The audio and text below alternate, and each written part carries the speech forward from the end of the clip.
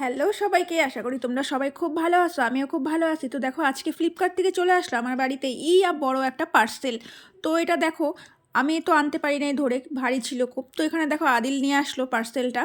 তো বাড়ির সামনে আসতেছিল, কিন্তু আমার আর তর্স হচ্ছিল না। তার জন্য যেই মুহূর্তে ফোন করলো আমি রাস্তায় গিয়ে দাঁড়াইছিলাম, কারণ বাড়িটা যদি না চেনে, তো তার জন্য আমি গেলাম আর আদিলকেও নিয়ে গেছিলাম। তো এখানটা আদিল দেখো ঘরে নিয়ে আসলো এটাকে। তো তোমরা কি এটা গেস করতে পারতেছো এটা কি বলো তো? তো দেখো এখন খোলা হবে, তাহলে দেখতে থাকো তোমরা।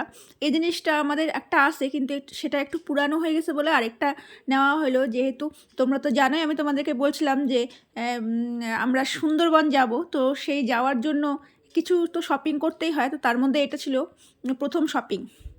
তো এখানে দেখো খোলা হচ্ছে এখন এটা। আর আমি ভিডিও করে যাচ্ছিলাম যে কতক্ষণে এত সময় লাগে খুলতে, এত সময় লাগে, যদি আমি খুলতে গেলে আরও বেশি সময় লাগতো, এটা ঠিক।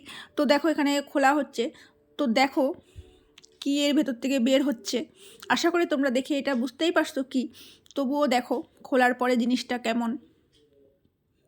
তো এই হচ্ছে জিনিসটা। দেখো, এটা হচ্ছে একটা ট্রলি। তো আমাদের যে ট্রলিটা আছে সেটা একটু পুরানো হয়ে গেছে। তার জন্য যাবো যখন নতুন জায়গায়, তো একটু নতুন জিনিস নিয়ে যাওয়াই ভালো। তো এই দেখো, এটা ফ্লিপকার্ট থেকে অর্ডার করছিলাম, তো আমার বাড়িতে চলে আসলো আজকে। তো এটাকে এখন খোলা হচ্ছে সুন্দর করে। দেখো, ফ্লিপকার্ট কিন্তু খুব সুন্দরভাবে প্যাকেজিং করে দেয়। দেখো মানে খুব সুন্দরভাবে আসছিল ওরা একটা বড় গাড়ি নিয়ে, সেই গাড়ির থেকেই নামায় এটাকে দিল। খুব সুন্দরভাবেই কিন্তু দিল। আর এত সুন্দর হবে আমি জিনিসটা কিন্তু ভাবতেই পারি নাই।